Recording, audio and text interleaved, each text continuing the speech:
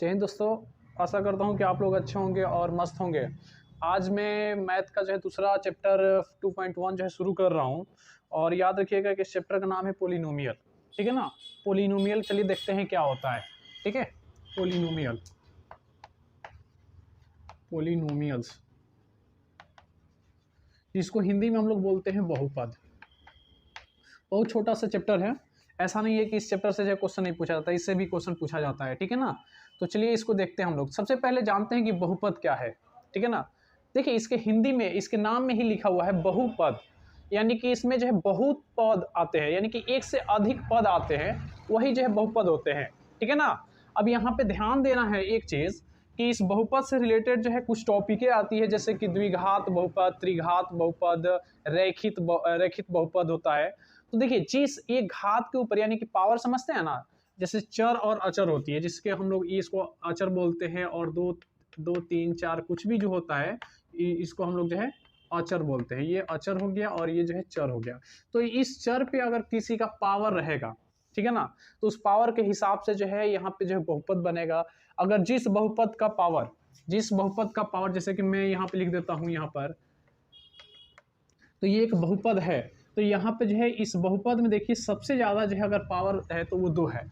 तो इस तरह के बहुपद को हम लोग जो है द्विघात बहुपद कहते हैं। क्या बोलते हैं?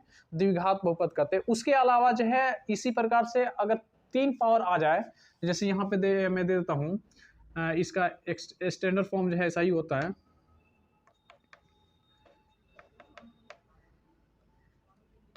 और ये ऐसे, तो यहाँ पे देखिए ये एक बहुपद है, इसमें बहुत सारे पद है, लेकिन इसका पावर जो है यहाँ पे 3 दिया हुआ। तो ये जो है इस प्रकार के बहुपद को हम लोग जो बोलते हैं त्रिघात बहुपद। समझ में आ रहा है ना। तो चलिए यहाँ पे जो है इस वीडियो में, यानी कि इस चैप्टर में जो है आपको मैं बता दूं कि पहला जो क्वेश्चन जो दिया हुआ है, पहला जो क्वेश्चन आपसे पूछा जा रहा है, यहाँ पे शून्यकों की संख्या पूछा जा रहा है। शून्यक, सबसे पहले जो हम लोग जीरोस के बारे में जानते हैं कि जीरोस क्या है।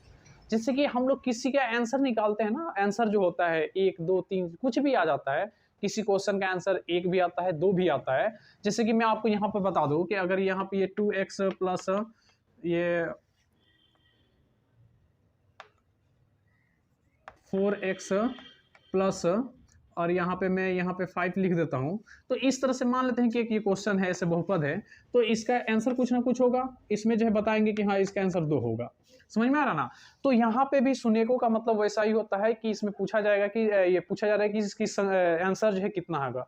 तो चलिए देखते हैं यहाँ पे जो है पहला जो है आपका जो है क्वेश्चन दिया हुआ है कि किसी बहुपद px के लिए y बराबर px का ग्राफ नीचे आकृति 2.10 में दिया गया है। प्रत्येक स्थिति में px के शून्यकों की संख्या ज्ञात करें। ठीक है ना।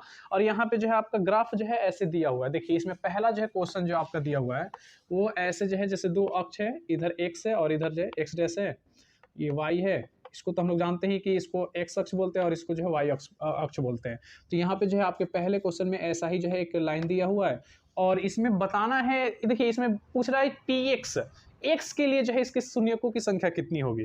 ठीक है ना, x के लिए। तो आप जानते हैं कि इसको हम जो है x अक्ष बोलते हैं और इसको y अक्ष बोलते हैं। तो ये x अक्ष के लिए पूछ रहा है, तो यानी कि अगर जो भी लाइन है, अगर x अक्ष पर जितना काटेगा उसकी शून्यकों की संख्या उतना ही होगी। तो आप बताइए यहाँ पर ये हमारा x अक्ष है, इस x अक्ष पर जो है ये लाइन जो है काट रहा है, इसे नहीं काट रहा है। तो यानी कि हमारा जो है यहाँ पे शून्यकों की संख्या लिखेंगे कि शून्यकों की संख्या जो है आपका क्या हो जाएगा, 0 होगा। समझ में आ रहा है। एक मैं एग्जांपल ले रहा हूँ। यहाँ पे देखिए, एक यहाँ पे मैंने जो है ले लिया, ये ग्राफ बना दिया, और यहाँ पे जो है मैंने ऐसे जो है लाइनिंग बना दिया।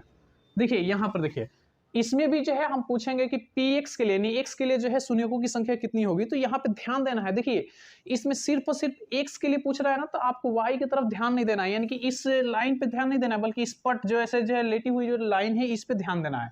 ठीक है ना। तो देखेंगे यहाँ पर, तो ये एक लाइन है जो यहाँ से चल करके यहाँ ऐसे जो है लाइन बनी हुई है। तो यहाँ पर ये x अक्ष पर जो है एक बिंदु बना रही है, यहाँ पे कट रहा है, फिर यहाँ पे जो इंटरसेक्ट कर रहा है, यहाँ सॉरी यहाँ पे तो y पे कर रहा है ना, तो यहाँ पे कर रहा है, एक यहाँ पे कर रहा है और एक यहाँ पे कर रहा है, यहाँ पे और यहाँ पे, यानी कि ये 4 जगह जो है x अक्ष को जो है क्या कर रही है, क्रॉस कर रही है, काट रही है। तो यहाँ पे जो है शून्यकों की संख्या जो आपकी कितनी हो जाएगी, 4 हो गया, यानी कि यहाँ पे जो है शून्यकों की संख्या कितनी हो जाएगी, जीरो कितने होंगे, तो आपका जो है 4 होगा। समझ में आ गया। तो ऐसे जो है इसमें 4-5 क्वेश्चन दिया हुआ है, आप जो है इसको बिल्कुल बिना कोई दिक्कत के जो है आप बना लेंगे, ठीक है ना। इसमें 6 क्वेश्चन दिया हुआ है यहाँ पर, तो इसको बना सकते हैं ना।